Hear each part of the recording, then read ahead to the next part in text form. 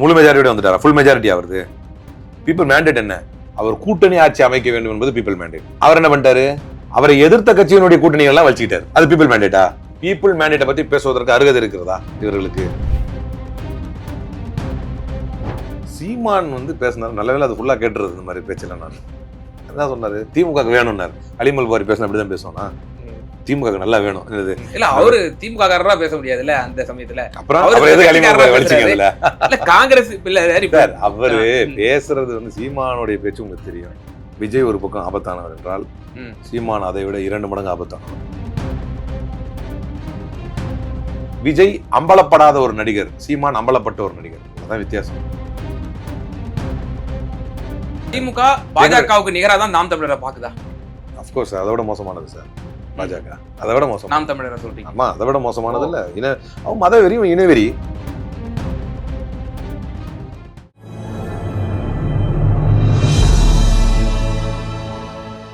Tamil news நேரல் வணக்கம். இன்றைய சிறப்பு நேர்காணலில் நம்மோடு இருந்திருப்பவர் திராவிட முன்னேற்ற கழகத்தை சார்ந்த மரியாதைக்குரிய திரு அலிமல் புகாரி சார். சார் வணக்கம். மாணிக்கம் தாக்கூர் என்ன சொல்றாரு, நீங்க இதெல்லாம் நீங்க செய்யற மாதிரி இல்ல, என்ன எதனால தோத்தோன்னு சொல்லி ஆய்வு செய்யாம இந்த ஆட்சி 3 மாசத்துல கவுந்துரும், 6 மாசத்துல கவுந்துரும் சொல்லி பீப்புள் மேண்டேட்டுக்கு அகெயின்ஸ்டா உங்க தலைவர் பேசிட்டு இருக்காரு அப்படின்னு சொல்லி மாணிக்கம் தாக்கூர் சொல்றாரு. சார் 2014, 2019, 2024 போய் பாருங்க, புரியுதா? இங்க ஐடியா சொல்ற வெள்ளம் வேணாம். இத்தனைக்கும் தேசியத்துல கொறடா இவரு. நீங்க கவனம் செலுத்த வேண்டிய வேற. முடிஞ்சா பிஜேபி வீழ்த்துறதுக்கான வழியை பாருங்க. அதுதான் நீங்க பார்க்க வேண்டியது. இந்த இப்ப ஆட்சி பண்ணிட்டு எதிர்கட்சி அந்தஸ்தை கூட இழக்கக்கூடிய தோல்வியை சந்தித்தது காங்கிரஸ். இப்ப அப்படி இல்ல. 2 தேர்தல்கள் இப்ப அப்படி இல்ல. இந்த தோல்வி என்பது யாரோ ஒரு சினிமா நடிகர்கிட்ட தோத்து இருக்கிறோம். அவருக்கும் முழு மெஜாரிட்டி இல்ல. பீப்புள் மேண்டேட் என்ன பீப்புள் மேண்டேட் எதிராக பேசுறோம்? பீப்புள் மேண்டேட் என்ன? விஜய் ஆட்சி அமைக்க வேண்டும் பீப்புள் மேண்டேட்டா? சிங்கிள் லார்ஜஸ்ட் பார்ட்டிங்கிறது தான் பீப்புள் மேண்டேட். அதான் பீப்புள் மேண்டேட். முழு மெஜாரிட்டி வந்துட்டாரா? ஃபுல் மெஜாரிட்டி ஆகுது. பீப்புள் மேண்டேட் என்ன? அவர் கூட்டணி ஆட்சி அமைக்க வேண்டும் என்பது பீப்புள் மேண்டேட். அவர் என்ன பண்ணிட்டாரு? அவரை எதிர்த்த கட்சியினுடைய கூட்டணி எல்லாம் வச்சுக்கிட்டாரு. அது பீப்புள் மேண்டேட்டா? பீப்புள் மேண்டேட்டை பத்தி பேசுவதற்கு அருகதை இருக்கிறதா இவர்களுக்கு? பீப்புள் மேண்டேட் என்ன?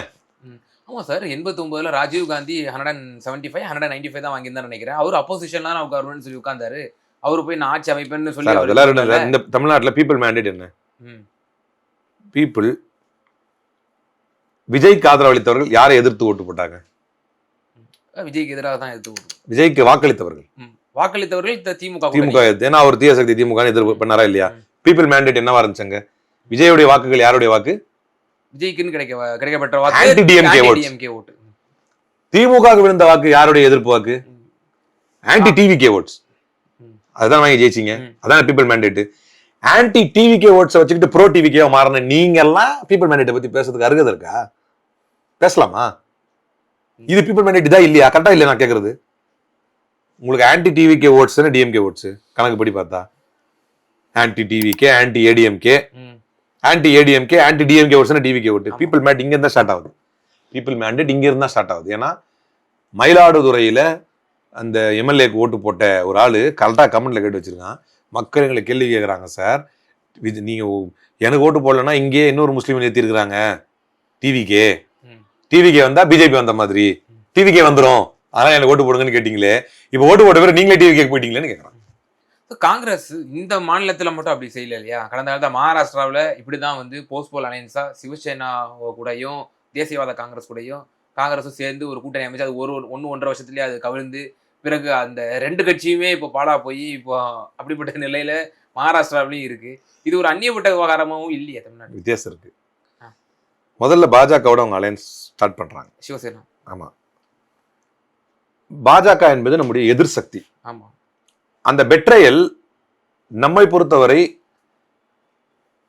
ஒரு நோபல் ஆக்டிவிட்டியா தான் பார்க்கப்படும். ஏன்னா அவங்க பண்ற பெட்ரையல்ல பாதிப்பு யாருக்கு வருது? நம்முடைய நம்பிக்கையின்படி பிஜேபி ஆன்டி நேஷனல் பார்ட்டி. பிஜேபியினுடைய ஒரு கோலிஷன் கவர்மெண்ட் கவிழ்க்கப்பட்டது யாரால்? சிவசேனா. அது ஒண்ணு போதுமானது அவங்க தன்னை ப்ரூவ் பண்ணிக்கிறதுக்கு. சூப்பர்ரா, நம்ம கூட்டணி வைப்பண்டா. ஏன்னா பிஜேபி ஆட்சியை கவுத்தாண்டா, அரசியல கரெக்டா இல்லை, ஏன்னா எதிர்த்துருவோம். இப்ப அவங்க பிஜேபி ஆட்சியை கவிழ்த்ததே சிவசேனாக்கு போதுமான proven track record that they are against BJP. What is there to prove that Vijay is against BJP? இல்ல சார், சிவசேனாவோட கூட்டணி வைக்கிறதுக்கு பதிலா நீங்க பாஜக கூட நேரடியா கூட்டணி வைக்கலாமேன்ற அளவுக்கு கடுமையான விமர்சனங்கள் சமகாலத்துல இல்லையா? அந்த சமயத்துல விமர்சனங்கள் எல்லாம் விடுங்க. இந்த சொன்னவா இப்ப நீங்க கேக்குறீங்க சிவசேனாவோட கூட்டணி வச்சதுக்கு பதிலா பாஜகவோட வச்சிருக்கலாமே அப்படின்னு. ரெண்டு ஒரே அஜெண்டா தானே, ரெண்டு இந்துத்துவா தான். அவங்க பிஜேபி சார் அது மட்டும் பண்ணலையே. ஆன்டி சிஐஏ ப்ராட்டஸ்ட்ல முஸ்லிம்ஸை கூப்பிட்டு, முஸ்லீம் லீடர்ஸை கூப்பிட்டு பால் தாக்கரேவின் மகனா அப்படின்னு நினைக்கிற அளவுக்கு உத்தவ் தாக்கரே போராட்டமே யாரும் பண்ணாதீங்க தயவு செஞ்சு முஸ்லீம்ஸ், எல்லாம் வீட்டுக்கு போய் நிம்மதியா இருங்க. இந்த உத்தவ் தாக்கரே இருக்கிற வரைக்கும் உங்களுக்கு கவலை கிடையாது, சிஏ இங்க வராதுன்னாரு. Prove and track record sir. Vijay அறிவிக்க சொல்லுங்க அந்த மாதிரி எதாவது ஒண்ணு. என்ன பேசுறீங்க? விளையாட்டு கிடையாதுல்ல ஒண்ணு. இன்னொன்னு, அந்த உத்தவ் தாக்கரே எப்படி பாஜகவால் பழிவாங்கப்பட்டாருங்கிறது வரலாறுல. கட்சி யார்கிட்ட இருக்கு? ஏக்நாத் ஷிண்டே கட்சி யார்கிட்ட இருக்கு? ஏக்நாத் ஷிண்டே சின்ன யார்கிட்ட இருக்கு? ஏக்நாத் ஷிண்டே இருக்கு. எதுவுமே இல்ல. அப்பாவுடைய கட்சி, சொந்த தகப்பனாருடைய கட்சி, கட்சி ஓனர்ட்ட இருந்து புடிங்க இன்னொருத்த கொடுத்துட்டாங்க. இந்த மாதிரி தான் அனுபவிச்சாரா இவரு? 42 பேர் கொலை வழக்கு இருக்கு, கேஸ் ஓடிட்டு இருக்குது, சிபிஐல இருக்குது. இவர் எதுவுமே பிஜேபி டச் பண்ண மாட்டேங்குது. ஆனா மற்றவங்க எல்லாம் என்னென்ன பண்ணணுமோ எல்லாம் பண்ணிட்டு இருக்குது. இவருக்கு எந்த ஆக்ஷனையும் வந்து இவருக்கு அகேன்ஸ்டா பிஜேபி ஒரு துரும்பு கூட அசைக்க மாட்டேங்குது. ஆனா இவர் சொல்லிக்கிறாரு நான் பிஜேபிக்கு அகேன்ஸ்ட்னு. அவங்களும் இவரை பத்தி வாயை திறக்க மாட்டேங்கிறாங்க. நீங்க என்ன போன தேர்தலில் பாருங்க, விஜயை டச் பண்ணவே இல்லையே பிஜேபி. இப்ப நாம சொல்றது வந்து ஹைப்போதெட்டிக்கலா இருக்கலாம், ஆனா அதுக்கான நியாயமான வாதங்கள் இருக்குது. நீங்க உத்தவ் தாக்கரே கம்பேர் பண்ணாலும் நான் இன்னும் பல உதாரணங்களை சொல்ல முடியும். மற்ற மாநிலங்கள் நீங்க எங்க கம்பேர் பண்ணாலும் நீங்க எதிர்க்கிற சக்தி பிஜேபியா இருக்கும். இங்க அப்படி இல்ல. திமுக, அதிமுக, தாவேகா. இதனால காங்கிரஸுக்கு என்ன லாபம்? நான் சொல்றது புரியுதா உங்களுக்கு? இங்க பாஜக ஆக்டிவ் போர்ஸே கிடையாது. அப்ப நீங்க இந்த 3 பேர்ல யாரை செலக்ட் பண்ணணும்னா, யார் பாஜகவை ஆக்டிவா எதிர்க்கக்கூடிய அளவுக்கு மக்கள் செல்வாக்கு கொண்ட ஒரு பெரிய கட்சி. அப்கோர்ஸ் அந்த எக்ஸ்ட்ரா வார்த்தை எதுக்கு சொல்றேன்னா, மக்கள் செல்வாக்கு கொண்ட பெரிய சக்தி தான் உங்களுக்கு தேர்தல் ரீதியா யூஸ் ஆகும். இன்னொன்னு, பாஜகவை எதிர்த்து தான் நீ அரசியல் பண்ணணும் பாராளுமன்ற தேர்தலில். அகைன் விஜயுடைய கவர்ச்சி ஒர்க் ஆகும். விஜய் ஏற்க மறுத்தாலும் கவர்ச்சி தான் வருது எல்லாமே. விஜய் அவர்களுடைய கவர்ச்சி ஒர்க் ஆகும் அப்படின்னு நினைச்சா அது முட்டாள்தனம். தமிழ்நாடு மக்கள் அப்படி 2வது முறை ஏமாந்து போக மாட்டாங்க. அப்படின்னும் போது பாஜக எதிர்ப்பு என்பதில் இந்த 3 கட்சி இருக்குது அப்படின்னா, இந்த 3 பேர்ல யார் சிறந்த எதிர்ப்பாளர்கள் என்பதை தேர்ந்தெடுத்து தான் காங்கிரஸ் நின்று இருக்கணும். If they are really concerned about national politics. அந்த கன்சர்ன் அவங்களுக்கே இல்லை, நமக்கு எதுக்கு சார்? அதனாலதான் எங்க அமைப்பு செயலாளர் அழகா சொன்னார், நாங்கள் இடம்பெறாத கூட்டணியில் எவன் பெற்றால் எங்களுக்கு என்ன, எவன் இடம்பெறாவிட்டால் எங்களுக்கு என்ன. சார், இப்போ நீ 36 பேர் கொண்ட அந்த குழு வந்து திராவிட முன்னேற்ற கழகத்தின் சார்பில் தோல்விக்கு பிறகு ஒரு அமைக்கப்பட்டது. அந்த குழுவினுடைய அறிக்கை தற்போது தலைமையகத்துக்கு வந்து கொடுத்திருக்கிறாங்க. அதனோட ரிப்போர்ட் சம்பந்தமான சில தகவல்கள் செய்தி வாயிலாக நம்ம அறிகிறோம். அதுல மாவட்ட செயலாளருடைய எண்ணிக்கை கூட்டுதல், அதே போல இளைஞர்களுக்கு முக்கியத்துவம் கொடுத்தல், இது மாதிரியான பல விஷயங்கள் வந்து பேசப்பட்டு வருது பார்க்குறோம். ஸோ எப்படி அந்த குழுக்கள், அந்த 36 பேர் கொண்ட அந்த குழுவனுடைய அறிக்கையை பற்றி எப்படி பார்க்குறீங்க? நல்லா இருக்குல்ல இந்த நீங்க சொன்ன 2 விஷயங்கள் இருந்தா சந்தோஷம். எனக்கு தெரியாது அதை பத்தி. ஓகே. சிவடி மேலிடத்துல நீங்க ஒரு பத்திரிகையாளராக உங்களுக்கு ஏதாவது நீங்க கேள்விப்பட்டிருக்கலாம். இல்ல, செய்தி ஊடகங்களை நம்ம பார்த்த தெரியல, எனக்கு தெரியல. அந்த நம்ம ஆதாரபூர்வமா இருந்தா பார்த்துருந்தா தெரிஞ்சிருந்தா நம்ம சொல்லலாம். பட் என்ன இதெல்லாம் நல்ல விஷயங்கள் தானே. அப்படி இதெல்லாம் ஆய்வு பண்ணப்பட்டிருந்தா, ஏற்கனவே நிறைய இளைஞர்களுக்கு வந்து இளந்தலைவர் வந்ததற்கு பின்னால நிறைய இளம் தலைமுறைகளுக்குலாம் வாய்ப்பு இருக்குது, இருந்துச்சு, கடந்த தேர்தலே இருந்துச்சு. இன்னும் நீங்க சொல்ற மாதிரிலாம் நடந்துச்சுன்னா அது இன்னும் கூட ஒரு உத்வேகமா இல்லாமல் தனித்து இனிமே போட்டு நல்ல முடிவு அது. ஏன்னா இதுவரை திராவிட முன்னேற்ற கழகம் வரலாற்றில் நம்ம வந்து அப்படி பார்த்ததே கிடையாது. ஏதாவது ஒரு சாதி கட்சியோடவோ சின்ன கட்சியோடவோ நம்ம கூட்டணி வச்சுதானே வந்து பொது தேர்தலில் சந்திச்சிருக்கோம். இதுவரை தமிழ்நாட்டுடைய வரலாற்றுல இப்படி பார்த்ததே இல்லையே. ஒரு நடிகர் 2 வருஷம் கட்சி ஆரம்பிச்சு டேரக்டா சிஎம் ஆனது பாத்துறீங்களா? என்டிஆர் நமக்கு வரலாறு உண்டு தமிழ்நாட்டுல இல்ல. அதுவும் 2 வருஷத்துல வந்தார் என்டிஆர். இதெல்லாம் நடந்துச்சுல்ல. அப்புறம் ஏங்க ஒரு கொள்கையை வந்து உறுதியாக கடைபிடிக்கக்கூடிய ஒரு கூட்டணி, ஒரு கட்சி பெரிய தோல்வியெல்லாம் இல்லை, அவருக்கும் மிகப்பெரிய வெற்றியெல்லாம் இல்லை. நம்ம ரொம்ப யோசிச்சு பின்னடைவு ஆகிறதுக்கு இவங்க கூட்டணியில் இருந்தவங்க கலந்துட்டு போனாலுமே கூட நம்ம வந்து உறுதியான பலமிக்க எதிர்கட்சியா நிற்கிறோம். நமக்கு எதிர்காலம் இருக்குது, ஜென்சி நம்மளை நம்பி இருக்குது. ஆங்காங்கே தன்னெழுச்சியாக வந்து இளைஞர்கள், நானே இப்போ பல நிகழ்ச்சிகளில் கலந்து கொள்வதற்கு பணிக்கப்பட்டிருக்கிறேன், அழைக்கப்பட்டிருக்கிறேன். பெரிய அளவிலான எழுச்சி இருக்குது. எங்கெங்கெல்லாம் நம்மளுக்கு குறை வருதுன்னு பார்க்குறப்ப இது ஒரு முக்கியமான பிரச்சனை இல்லை. 36 பேர் கொண்ட குழு இதை ஆய்வு பண்ணாங்களா என்னன்னு தெரியல. ஆனா இது ஒரு முக்கியமான பிரச்சனை இல்ல. எப்ப பார்த்தாலும் கூட்டணியை சேர்ந்து சுமக்கிறப்ப அப்ப வந்து அவருடைய நன்மை தீமையை நம்ம சேர்ந்து சுமக்க வேண்டியிருக்குது. அவருடைய என்ன சொல்றது ப்ரோஸ் அண்ட் கான்ஸையும் நம்மளே வந்து ஒரு விவாத மேடையிலே இருந்தா கூட அதை வந்து டிஃபெண்ட் பண்ண வேண்டிய சூழ்நிலைகள் ஏற்படுது. இனி அந்த பிரச்சனையே இருக்காது. மக்கள் மன்றத்தை நம்ம செஞ்சது என்ன செய்யாதது என்ன, நம்ம கூட்டணி கட்சிகளை நம்பி சில பிராந்தியங்கள் இருக்கலாம். ஸோ அந்த இடத்துல நம்ம கட்சியோட வளர்ப்போம். உதாரணத்துக்கு வட தமிழகத்துல இப்போ விசிகாவுடைய தயவு உங்களுக்கு அதிகமா தேவைப்பட்டுச்சு. இப்போ திராவிட முன்னேற்ற கழகமே வட தமிழகத்துல அதிகமா நம்ம ஃபீல்டு ஒர்க் பண்ணி நம்மளோட கட்சி அங்க வளர்ப்போம். அப்போ கொங்கு மண்டலத்துல வேற கொங்கு ஈஸ்வரனையும் இன்னும் பல கட்சிகள் நம்ப வேண்டியது இருந்துச்சு. இப்போ செந்தில் பாலாஜி இன்னும் பலர்ல நம்ம அங்க இல்ல. இது இன்னும் டீப்பா பேசுனா இதை தாண்டி மாநிலத்தில் சுயாட்சி என்று பேசக்கூடிய நாம் தேர்தலை மட்டும் ஏன் கூட்டணியோடு எதிர்கொள்ள வேண்டும் என்கின்ற எண்ணம் கூட இருக்கலாம் இல்லையா? நம்ம சங்கநாதம் என்ன, நம்ம கொள்கை முழக்கம் என்ன, மாநிலத்தில் சுயாட்சி அப்படிங்கிற போது சுயமாவே ஆட்சி அமைக்கிற ஒரு சூழ்நிலையை நம்ம என்னைக்குமே இருந்துக்கணும். எதுக்கு பெருசா கூட்டணிகளை நம்பி இருந்திருக்கணும் அப்படிங்கிற நிலைப்பாடா கூட இருக்கலாம். இப்ப திராவிட முன்னேற்ற கழகத்தினுடைய அன்னைகால செயல்பாடுகள் பார்க்கும்போது சற்று வியப்பளிக்குது. இப்போ பாட்டாளி மக்கள் கட்சி சார்பில் ஒரு கூட்டம் ஒன்று போட்டாங்க, அனைத்து கட்சி கூட்டம்ன்ற பெயர்ல சாதிவாரி கணக்கெடுப்பு சம்பந்தமான ஒரு வலியுறுத்தல் கூட்டம். அந்த கூட்டத்தில் வந்து உங்களுடைய தலைவர் தொலைபேசி வாயிலாக அன்புமணி ராமதாஸ் அவர்களை அழைத்து நாங்கள் ஆதரவு தர்றோம் அப்படின்னு சொன்ன ஒரு விவகாரமா இருக்கட்டும். சீமான் திடீர்னு வந்து திமுகவில் கரிசனத்தை காட்டி காங்கிரஸை போட்டு பொலன்னு பொழக்கிறாரு. ஒரு அலிமல் புகாரி பேச வேண்டிய கான்செப்ட் எல்லாம் சீமான் வந்து பேசிட்டு இருக்கிறாரு. அப்போ நேர் எதிராக பேசினவர் கலைஞர் கருணாநிதி எப்படியெல்லாம் அவர் கடந்த காலத்தில் விமர்சனம் பண்ணியிருக்காரு.